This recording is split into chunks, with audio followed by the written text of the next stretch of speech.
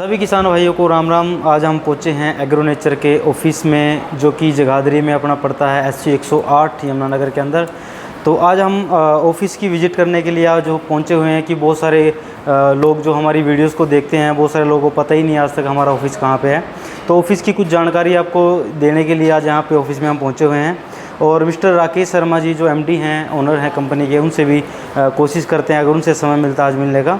तो आइए एक बार थोड़ा ऑफिस आपको विज़िट कराते हैं। आप प्लीज़ एक बार थोड़ा घुमाइए कैमरे को इधर उधर। आप ये देख सकते हो, ये स्टाफ कैबिन आप देख सकते हो। तो ये अपना मीटिंग एरिया, जैसे कि मीटिंग रूम है। आप कोई भी अपना कस्टमर लेके आप यहाँ पे आते हो तो आप मीटिंग यहाँ पे करा सकते हो। तो अभी देखते हैं शर्मा जी के से समय लेते हैं, अगर उनसे हुई मुलाकात का समय तो अगर उनसे मुलाकात करते हैं।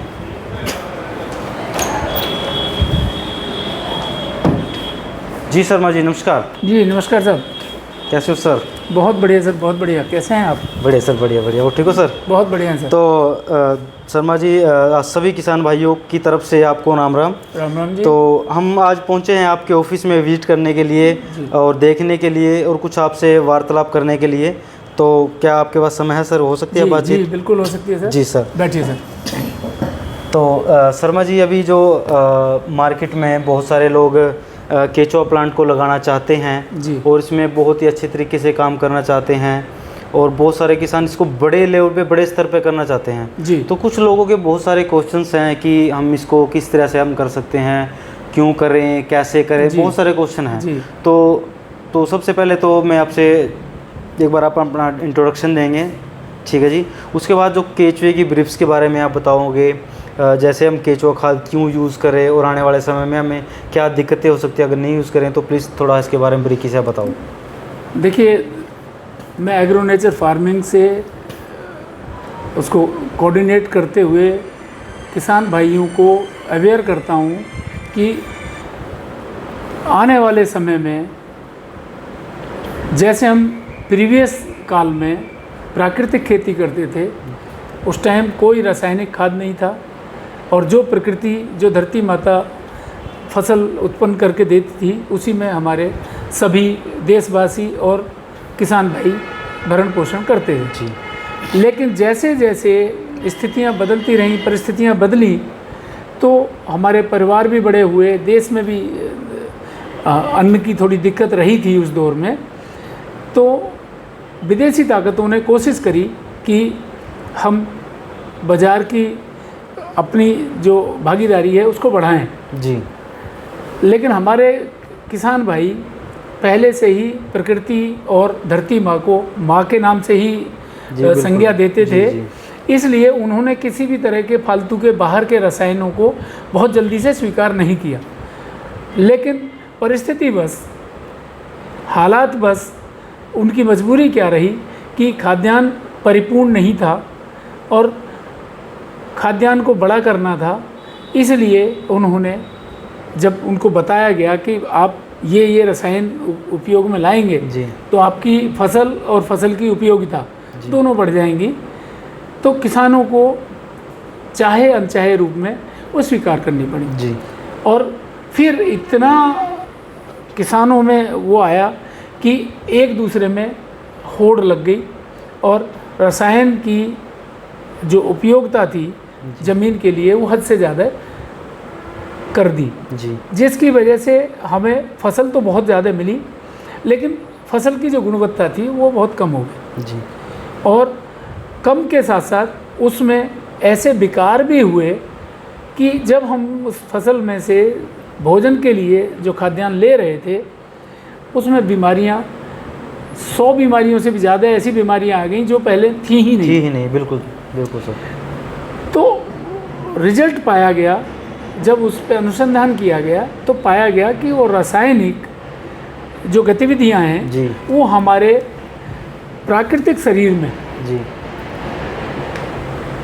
जो अप डाउन कर रही हैं वो इतनी ज़्यादा कर रही हैं, जिसकी वजह से हमारे शरीर का जो विज्ञान है जी, वो बिगड़ रहा है जी। और बिगड़ते हुए विज्ञान की वजह से हमारे शरीर में जो संवेदनाएं थी, जी, सेंसेशन थी, जो वो बिगड़ गई, डिस्टर्ब हो गई, जिसकी वजह से जो शरीर को जो अपने आप में फुलफिल कर सकता था, उसने उस संवेदना बिगड़ने की वजह से उसके पास वो मॉनिटरिंग नहीं रही और चीज़ें बढ़ी तो लिमिटलेस हो गई, घटी तो भी लिमिटलेस हो गई, जिसकी वजह से बीमारी क्या होती है शरीर में, वो डिफिशिएंसी होती है। जी, तो इसका सलूशन क्या रहेगा? तो इसके सलूशन के लिए क्या है कि हमारी केंद्रीय सरकार जी प्रयासरत है कि हम किसानों को फिर दोबारा से उसी पुराने प्राकृतिक तरीके से खेती करने की तरफ प्रेरित करें। जी। लेकिन अब प्रॉब्लम कहाँ आ रही है कि किसान को खेती करने में लागत बहुत ज़्यादा आ रही है और लागत पूरी करने के लिए उसको बहुत सारी समस्याओं का भी सामना करना पड़ रहा है। इसलिए वो गवर्नमेंट की जो पॉलिसी है कि आप जैविक खेती का उपयोग करें, प्राकृतिक खेती की तरफ जाएं, जिससे हम अपने आप को और अपनी नस्लों को पुनः सुरक्षित कर सकते हैं। बिल्कुल।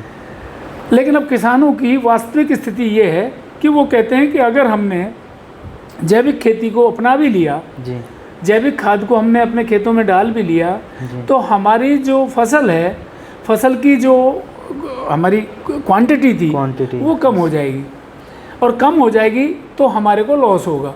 जी। तो क्या ऐसा है सर कि अगर हम केचुआ वर्मिंग कंपोस्ट या कोई भी रासायनिक उसके लिए क्या किया है कि हमारे कृषि वैज्ञानिक इसमें भरपूर प्रयोग कर रहे हैं और उनके प्रयोग बहुत सफलतम रूप में आए भी हैं सामने।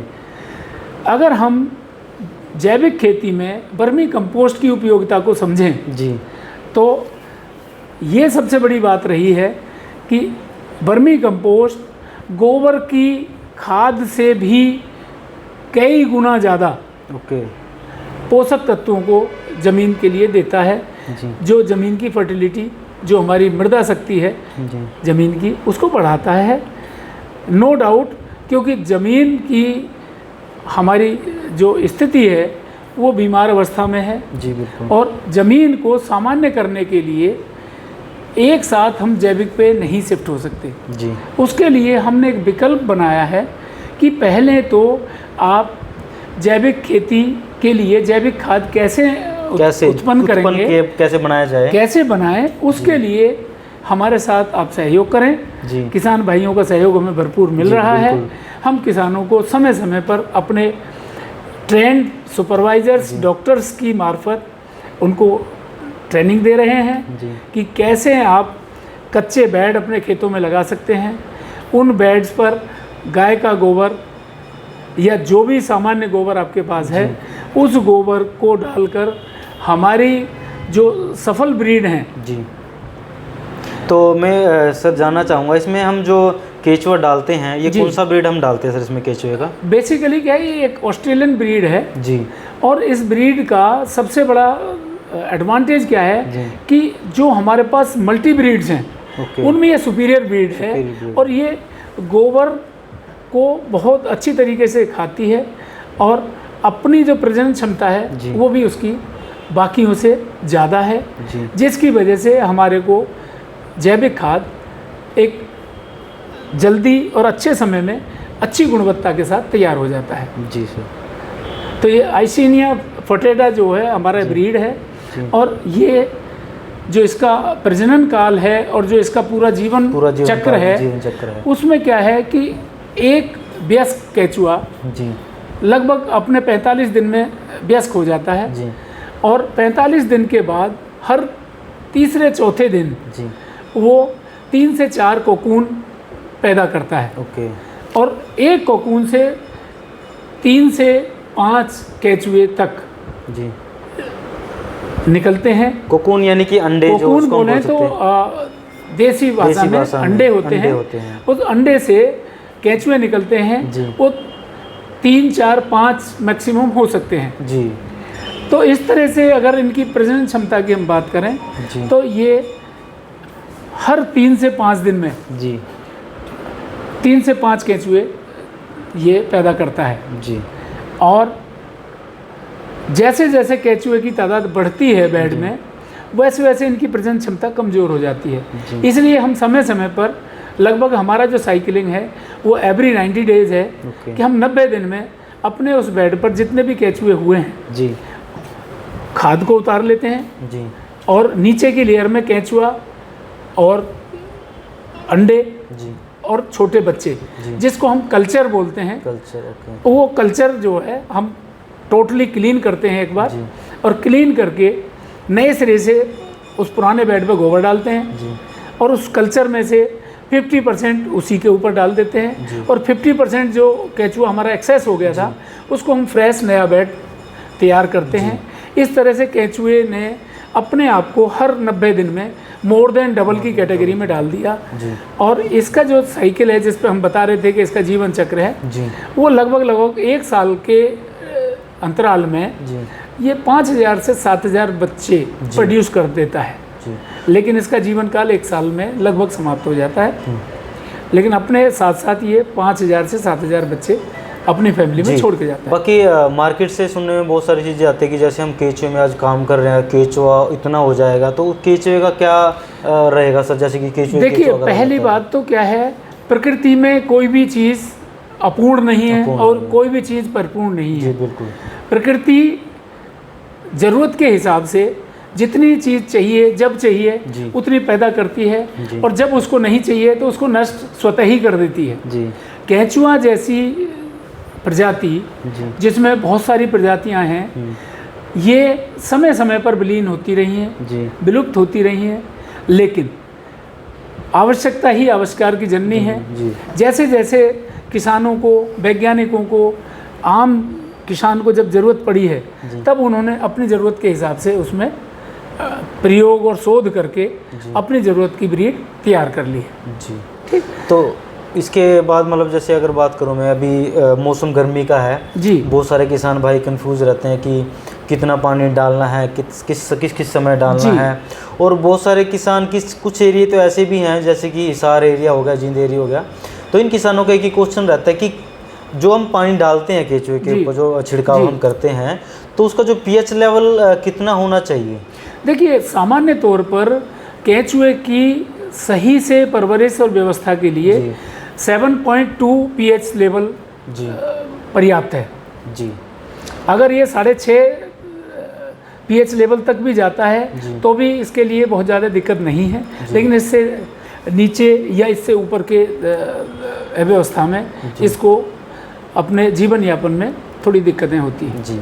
तो बहुत सारे किसानों का क्वेश्चन ये भी रहता है सर, जैसे कि हम बोलते हैं कि अगर हम जो बेड हम लगा रखे हैं, बेड लगा रखे हैं वर्मिंग कंपोस्ट केंचुआ खाद के, तो उसमें मतलब कैसे कंफर्म करें कि ये गर्म हो गया या मतलब इसमें गैस हो गया? देखिए सामान्य तौर पे क्या, नॉर्मल साधारण तरीके से कैसे चेक हम कर सकते हैं? सामान्य तौर पे क्या होता है, एक देसी तरीके से जो किसान भाई बगैर किसी भी यंत्र के कर सकते हैं कि जब भी आपको देखना है कि हमारे बेड का टेम्परेचर क्या है, तो सामान्य तौर पे आप हाथ उसमें गोबर में अंदर डाल सकते हैं।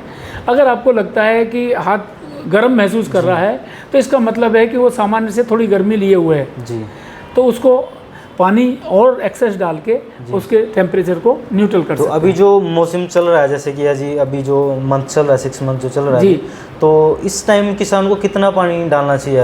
देखिए किसान को बेड की नमी को ध्यान में रखते हुए 30 से 35% मॉइस्चर उसमें रहना चाहिए इस टाइम। उसके लिए वो एक बार में अगर सही से पर्याप्त छिड़काव कर रहा है उससे भी पूरा हो सकता है जी।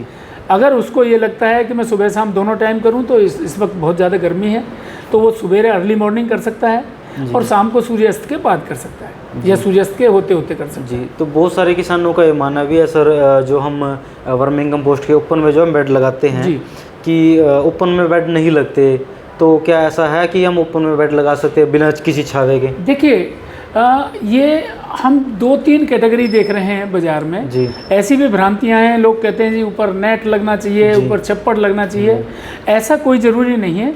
ये आपकी उपयोगिता के ऊपर निर्भर करता है कि किसान भाई की अपनी क्षमता क्या है, वो उसकी खर्चने की ताकत कितनी है जी। तो एक सामान्य किसान की उपयोगिता के हिसाब से अगर हम देखें तो हम बगैर छान छप्पर के भी इसकी बेड की परवरिश कर सकते हैं। मतलब एग्रो नेचर फार्मिंग का जो मुहिम है, कम से कम खर्च में ज़्यादा से ज़्यादा उत्पादन देना, ज़्यादा से ज़्यादा उत्पादन देंगे तो हमारे उत्पादन की जो कीमत है वो कम होगी, जिससे कि हमारा किसान भाई उसको आसानी से उपयोगिता में ला सके। जी, तो आने वाले समय में आप लोगों का क्या विचार है वर्मिंग कंपोस्ट, केचुआ खाद को लेके, किसान को लेके, और जो हमने मुहिम चलाई है एग्रो नेचर फार्मिंग की जो मुहिम है, इसको कैसे हम मतलब कैसे इसका जो भविष्य है कैसे देख सकते हैं सर? देखिए, भविष्य बहुत सुनहरा है जी, और आने वाले लगभग 5 से 7 साल में हम इस मुहिम को, जो हमारा मकसद है, जो हमारी सरकार का मकसद है, जो हमारे सभी किसान भाइयों का है कि हम अच्छा भोजन सभी लोगों को दे पाएँ, क्योंकि किसान हमारे देश का अन्नदाता है और अन्न हम जहरीला ना दें किसी को भी, वो उस तरह का भी हमको अवसाप ना लगे कि हमने अभी तक तो श्रेय लिया है कि हम अन्नदाता हैं, हम भरण पोषण करते हैं पूरे देश का। तो भरण पोषण में कोशिश रहे कि हमारे अनाज में जो दुनिया भर का केमिकल और टॉक्सिन्स भरा पड़ा है वो कम से कम हो, तभी हमारा और हमारे बच्चों का स्वास्थ्य सुरक्षित रह सकता है और अच्छा रह सकता है। तो कितने समय में अगर हम वर्मिंग कंपोस्ट, केचुआ खाद को अगर हम यूज़ करते हैं इस खाद्य पदार्थों को यूज़ करते हैं, तो कितने समय में जो अपनी मातृभूमि है, जिसको हम माँ का जिसका जो हमने माँ का दर्जा इसको दिया हुआ है, तो इसकी हालत को हम कितने समय में या कितने साल में हम इसको सुधार सकते हैं? देखिए, एज पर पैरामीटर या जिस तरह से आनुवांशिकी की है पृथ्वी की, उसमें क्या है, एक दिन में हम इसको न्यूट्रल नहीं कर सकते। न्यूट्रल लेवल करने के लिए सामान्यतः केमिकल की तादाद को कम करेंगे और बाई वर्षा उसका रेशियो कम ना हो जाए, जैविक खाद की एंट्री उसी तरह से इंटेक करते चले जाएंगे। उदाहरण के तौर पे अगर आप मान लीजिए रासायनिक खाद अपनी ज़मीन पर 1 कट्टा डाल रहे हैं, तो 1 कट्टे का 25% रिड्यूस कर दें और 25% जैविक खाद की इंटेक कर दें। मतलब 25% कम कर दें रासायनिक जो हम डाल रहे हैं और 25% जैविक खाद को इंटेक कर दें। जी, तो एक छमाही में आपको ना तो फसल पे कोई असर पड़ेगा और ज़मीन को भी इससे कोई ज़्यादा फर्क नहीं पड़ेगा। तो आपकी पैदावार भी सामान्य रहेगी और ज़मीन को थोड़ा सा उसका टेस्ट आना शुरू हो जाएगा। दूसरी छमाही में आप रासायनिक खाद जो 1 कट्टा लगा रहे थे उसको आधे कट्टे पे ले आओ, जैविक खाद को आधे पे ले आओ। दूसरी छमाही को भी आपने एट पार पे रखा कि उससे आपकी जो यील्ड है उसमें कोई फ़र्क नहीं पड़ा। ठीक है। इसी तरह से तीसरी छमाही में हम कोशिश करें कि रासायनिक खाद को हम 25 पैसे पे ले आएँ, यानी कि 1/4 कट्टा डालें और 3/4 कट्टा हम जैविक खाद का डाल दें। तो जैविक की जो प्रकृति और प्रवृत्ति है वो पृथ्वी को समझ आने लग जाएगी। और चौथी छमाही में हम रासायनिक खाद को बाय बाय कर दें और जैविक खाद को पूरी तरह से वहाँ पर शामिल कर लें। तो चौथी छमाही में आपको आपकी फसल जो आप केमिकल फर्टिलाइज़र से ले रहे थे लगभग उससे 110% ज़्यादा यील्ड आपको मिलेगा। तो ये जो लोगों की भ्रांति है कि हम रासायनिक खाद को अगर छोड़ देंगे तो जैविक खाद से हमारी उत्पादन क्षमता कम हो जाएगी, वो भ्रांति है, वो टूट जाएगी। जी, तो सर मैं को पूछना चाह रहा था कि बहुत सारे किसान जैविक खेती करना चाहते हैं जी, तो उनको समस्या क्या रहती है कि उनको मार्केटिंग का इसका नहीं नॉलेज है कि हम इसको सेल कहाँ करें, बेचे कहाँ। तो क्या इसका भी एग्रो नेचर फार्मिंग को आने वाले में एग्रो नेचर फार्मिंग ने इसका विकल्प निकाला है जी कि किसी भी किसान भाई को जी हमारे साथ आने के बाद इस बात की चिंता नहीं करनी है कि मेरा खाद कहाँ बिकेगा, मेरे केचुए कैसे आगे शिफ्ट होंगे और अगर मैंने इसको आगे बढ़ाया तो फ्यूचर में इसका किस तरह से निस्तारण होगा। तो एग्रो नेचर फार्मिंग ने किसान भाइयों को लिखित रूप में आश्वस्त किया है, एश्योर किया है कि आपका खाद, आपका केचुआ बाज़ार भाव में हम उठा रहे हैं। उसके लिए आपको किसी भी तरह की टेंशन रखने की ज़रूरत नहीं है, जी। किसी भी तरह की चिंता रखने की ज़रूरत नहीं है। जी। और ये एक बार नहीं, हम 2 साल तक आपको पूरी तरह से सिखाएंगे, जी। पूरी तरह से खाद केचुआ हम खुद वहाँ से निस्तारण करेंगे। और आपको आपकी जो मूल्य संरचना थी, जितना पैसा आपने लगाया है, वो उस पैसे को भी हम सुरक्षित कर रहे हैं। जी। आपको ट्रेनिंग भी दे रहे हैं। और ट्रेनिंग जब आपकी कंफर्म हो जाती है, जी। क्योंकि हम 2 साल में हर 3-3 महीने में 8 साइकिल होती हैं, जो हम आपके सामने हर बार खाद उतारेंगे, हर बार नए बेड को कैसे रिफ्रेश करना है, नए सिरे से कैसे लगाना है, वो सारी प्रक्रिया आपके सामने करेंगे। हमारे सुपरवाइजर्स, हमारे डॉक्टर्स टाइम टू टाइम आपको जाके इन सारी चीज़ों के बारे में पूरी तरह से विदित कराएंगे, जानकारी देंगे। और जब आपको अंतरात्मा से ये लगेगा कि हाँ, मैं पूरी तरह से इसमें सफल हो गया हूँ, तो हम जितना प्रोजेक्ट पहले दिन लगाया था, उतना ही प्रोजेक्ट आपको फ्रेशली हैंड ओवर करके आपको आएंगे। मतलब प्रॉपर्ली 2 साल तक आप किसान को जो है ट्रेनिंग देंगे, ट्रेनिंग भी देंगे, कैसे इसमें केचुआ निकलेगा, डलेगा, जो भी रहेगा प्रोसेस पूरा समझाएंगे। जी। और 2 साल के बाद उतना ही जो उसने प्लांट लगाया था, उतने प्लांट उसको सौंप देंगे, ताकि वो उसको व्यावसायिक तौर पर वहाँ से व्यापार के तौर पे उससे पैसे कमा सके, अपने खेतों में खाद जो बाहर से लाता था, वो खाद बाहर से खरीदना ना पड़े, तो उसको फ्री में खाद भी मिल जाए और उसको अपने परिवार को चलाने के लिए पैसा भी मिल जाए। तो वो दोनों चीज़ की व्यवस्था हम उसके साथ कर रहे हैं। जी, बहुत बढ़िया सर। और जो अगर खाद, जो किसान खाद को यूज़ करेंगे, जो अपनी फसल में यूज़ करेंगे, क्या आने वाले समय में एग्रोनेचर की कोई ऐसी भी मुहिम है कि जो किसान फसल बेचना चाहता है, या मान लो मार्केटिंग नहीं कर पाते, बहुत सारे किसान कम स्केल पे करते हैं, उनको मार्केटिंग करना बहुत मुश्किल हो जाता है, मान लो गेहूँ, जीरी, जो फसल उसकी है, अगर वो मतलब, तो उसके लिए भी कोई एग्रोनेचर मुहिम? देखिए, अभी एग्रोनेचर फार्मिंग ने पहला स्टेप रखा है कि हम किसानों को फैमिलियर कर दें कि जैविक खाद को कैसे उपयोग करें। जी। और जैविक खाद से जब धरती आपने जैविक कर दी, तो फसल भी जैविक होगी। अब फसल जैविक हमारे कह देने से जैविक नहीं होती। केंद्र सरकार ने कुछ मानक रखे हुए हैं, उसके लिए ऑर्गेनिक सर्टिफिकेट मिलता है। वो सर्टिफिकेट्स अलग अलग इंस्टीट्यूट्स प्रोवाइड करते हैं, वो सर्टिफिकेट्स भी हम किसानों को दिलवाएंगे। और अगर किसान हमारे ही बैनर तले काम करता है, तो हम उनको ये सारे सर्टिफिकेट इशू कराकर और उनके फसल की अच्छी पैदावार के साथ साथ अच्छी कीमत भी उनको उपलब्ध कराएंगे। मतलब ये आप मतलब आने वाले एज ए कॉन्ट्रैक्ट फार्मिंग हम उनको सपोर्ट करेंगे। यस। वो हमारे साथ मिलके कॉन्ट्रैक्ट कर सकते हैं कि हमारी क्रॉप, हमारी जो अल्टीमेट फार्मिंग है, वो उसमें एग्रोनेचर फार्मिंग पूरी तरह सहयोग करती है। तो अभी तक जो वर्मिंग कंपोस्ट पे आप काम कर रहे हो, एग्रोनेचर फार्मिंग जो मुहिम चलाई है, तो अभी तक आप कितने किसानों से जुड़ चुके हैं अभी तक टोटल? सर, हम पहले दिन से लगातार इसी प्रयास में है कि हम ज़्यादा से ज़्यादा किसानों के साथ जुड़ें। और ज़्यादा से ज़्यादा किसानों के साथ जुड़ने के साथ साथ किसान भाइयों को भी हम कहते हैं कि आप भी आगे अपने किसान भाइयों को जागरूक करें। अगर आपको किसी तरह की क्वेरी या सवाल आते हैं और आप नहीं सक्षम हैं, तो हम लोगों से डायरेक्ट मिलवाएं। तो अभी तक लगभग हम डायरेक्टली इनडायरेक्टली 500-600 किसान हमने उस लेवल के कर दिए हैं कि जो हमारे साथ प्रोजेक्ट लगाकर के कंधे से कंधा मिलाकर आगे अपने किसान भाइयों को भी जागरूक कर रहे हैं। और उसमें काफ़ी सफलता हम लोगों को मिल रही है। बहुत बढ़िया सर, बहुत अच्छा लगा आपसे बात करके आज। तो और कोई किसानों को आप कोई संदेश देना चाहोगे?